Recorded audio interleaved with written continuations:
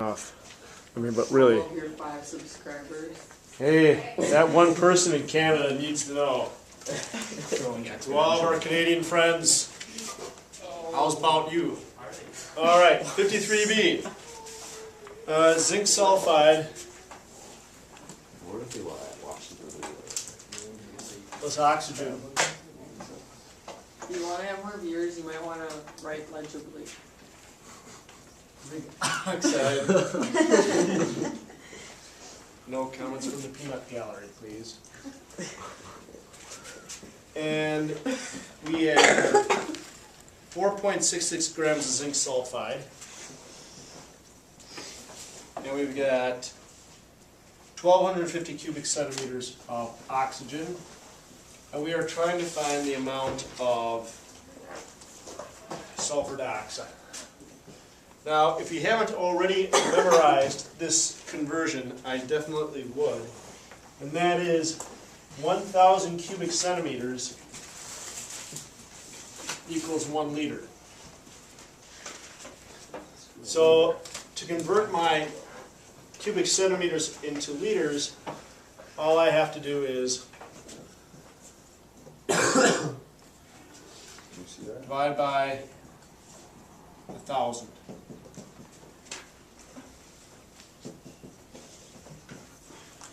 And I have it in liters. Now, I really do suggest you write down how to do these problems so that you can maybe try them again tonight and then look at see what the real answer is.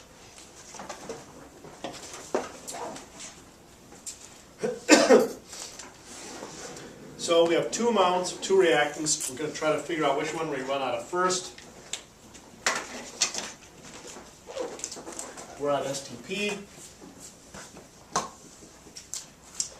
So I'm going to start with the zinc sulfide first.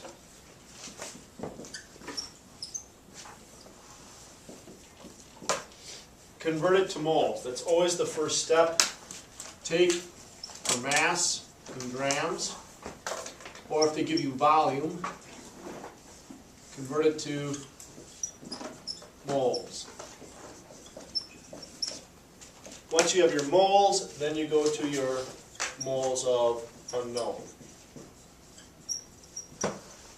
And last but not least, you convert it into either mass or volume.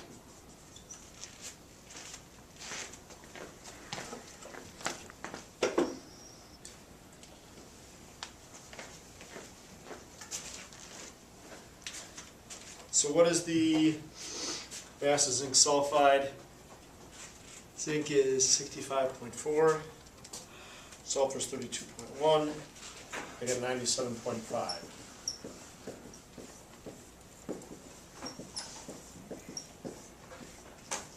So always get it into moles. Then I got my mole ratio, but as you pointed out, Bretton, this reaction is not balanced. You're supposed to balance it yourself. 1 zinc, 1 zinc. 1 sulfur, 1 sulfur. 2 oxygens, 3 oxygens. Save single elements for last, because it always kind of makes it easier to balance. In order to balance this out, all I need is a 3 halves right there. You can do that. Now, if fractions scare you, all you have to do is multiply through by 2. And then it becomes 2, 3, 2, and 2. So why does 3 halves work? Because 3 halves times 2 is 3. And you had 3 oxygens on that side.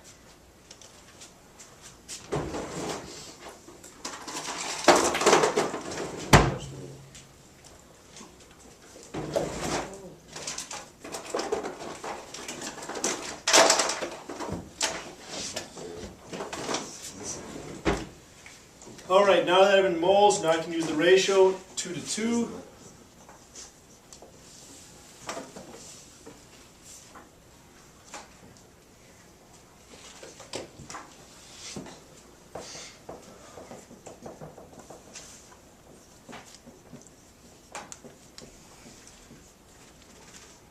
And they want a volume, right?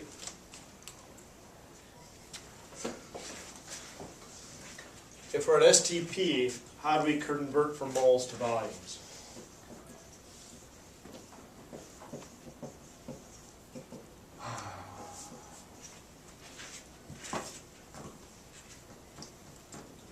If you're at STP, you can use the 22.4 liters.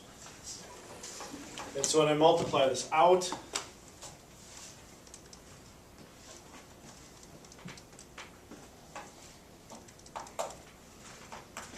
I get 1.70 liters of sulfur dioxide.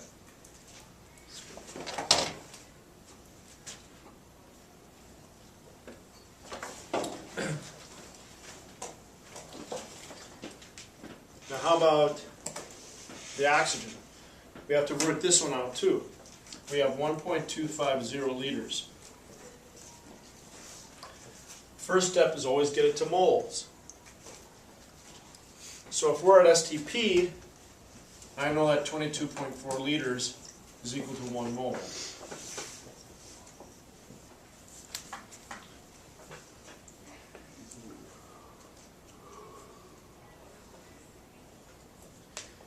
Now that it's in moles, I use the mole ratio. The mole ratio is 3 to 2. For every 3 moles of oxygen, I get 2 moles of sulfur dioxide. And then the last step is to go from moles of unknown down to our volume. So for every 1 mole of sulfur dioxide, you get 22.4 liters.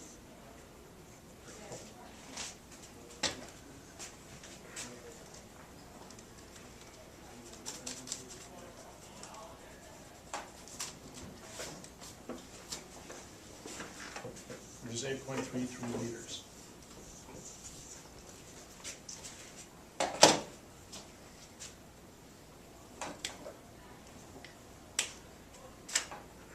So the limiting reactant is oxygen. The limiting reactant is the oxygen.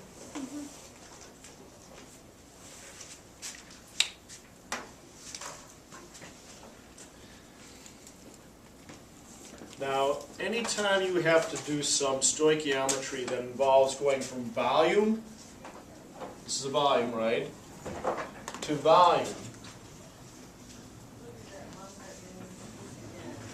all you need to look at is the mole ratio. I purposely picked this problem, is what I meant to say, to illustrate that, look, I'm dividing by 22.4 here. What am I doing over here? Multiplying by 22.4. These two things cancel each other out. So if you were going to volume, and the temperature and pressure stay the same, I don't care what the temperature and pressure are, as long as they stay the same. In other words, there's no T1, T2, or no P1, P2, it's just the same temperature and pressure. Then all you need is the mole ratio to find volume from volume. And I'm going to give you a problem like this on the test, where I'm going to say I've got 50 liters of oxygen gas. Find the volume of sulfur dioxide. And you're going to be like, well, wait a minute, I don't have enough information. It's like, yeah, you do. All you need is the mole ratio. Now, if you're going from mass to volume, well then yes, you have to use that. But if you're going from volume to volume, then no, you don't need to use that conversion because it just cancels out.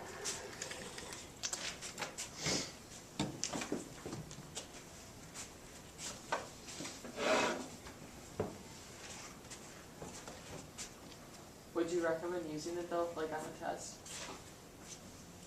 Using the mole ratio? Yeah, like Yeah. just putting it in there. Yeah. Because let me show you what happens if you don't. I mean, you can solve it, but it just takes a long time. Let's look at number 27.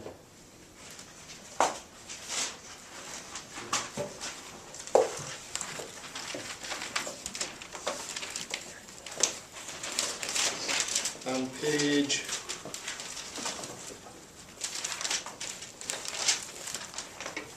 493.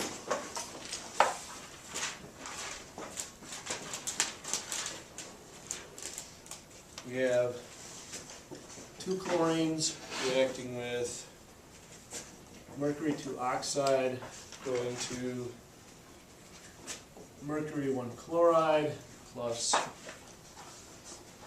dichloride monoxide. It's a limiting reactant problem, just like the last one.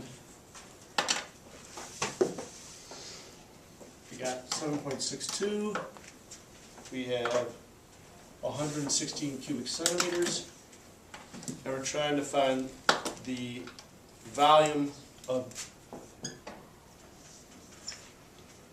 dichloride monoxide. But I told you for this problem, the temperature was 50 Celsius and the pressure was 50 kPa.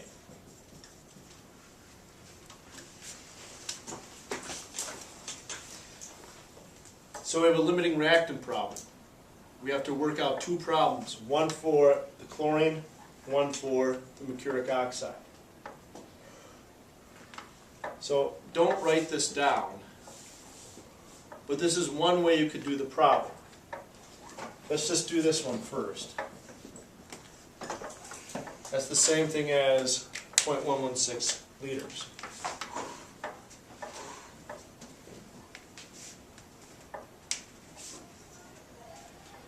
You could take your volume and plug it into PivNert to find moles. Then you would do your mole ratio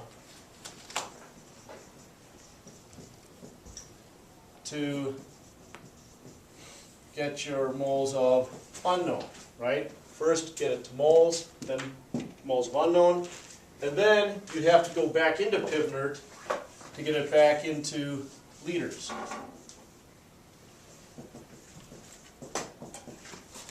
So you'd have to plug it into PivNert, find moles, do the mole ratio, then plug it back into PivNert to get your answer.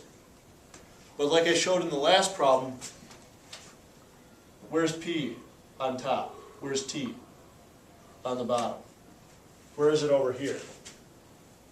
P's on the bottom, T's on the top. They will cancel each other. So if the temperature and pressure don't change, just use the mole ratio.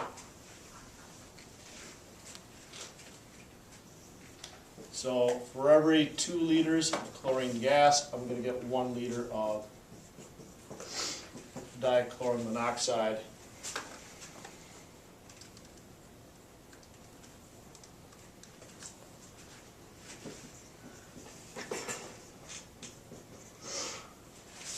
That's a lot simpler. So I did all that work for nothing? What? I did all that work for nothing? No, you didn't do it all for nothing. Because I purposely didn't tell you this because I wanted you to get some practice doing that. It's always, you know, you always learn how to do it the hard way first before you learn to do it the easy way. Wait. Yep, B. So when I did it, I converted both of them to grams. So what would happen on the test if you did that? You'd lose some points because the problem asks you to find it in volume. Obviously, Would you still find the same limiting reactant? the limiting reactant would still be the same. What is the answer to 26 and 27? Not done yet. So now we do this one, 7.62 grams. Here we're going from volume to volume, so I can just use the mole ratio. But here I'm going from mass to volume. I'm going to have to plug it into PivNert. So to get into moles, I use my molar mass. So 201 plus 16 is 217.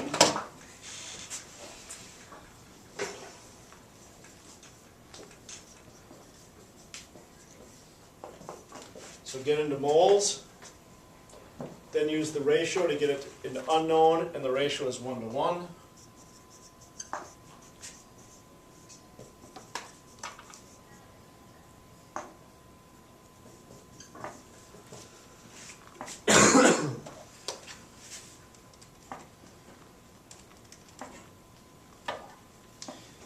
And I get 0.116 0.0351 moles of this. Now, how do I get that mole into volumes? Here's where I have to use Pibner. When you go from volume to volume, you can just look at the mole ratio, but if you're going from mass to volume or volume to mass, you've got to use Pibner at some point. So to plug it in here, to get to volume, volume is nRT over P, so my volume will be 0.0351 moles times R, which is 8.31 liters kPa mole Kelvin. My temperature would be 323 Kelvin because you convert it to Kelvin. And my pressure would be 50 kPa. So this would tell me my volume.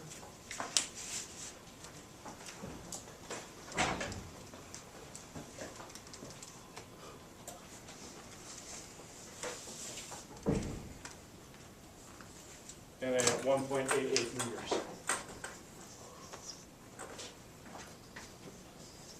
So now I can figure out which one is going to be my limiting reactant. Since this one is smaller, that's my limiting reactant. So I'm going to run out of chlorine first. But you have to work them both out to figure out which one it's going to be. Why in the last problem did you circle the biggest one? I didn't. You didn't? Oh, okay. Never mind. I hope I didn't. No, you did the right one. Oh, yeah. So these will be the toughest problems you'll do on the test tomorrow. Okay, so I said we'd start with the toughest ones and work our way to the easier ones. So, 44.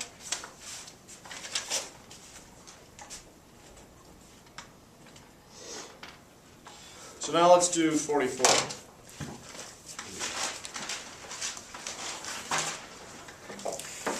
And if there's time, we'll come back to 26.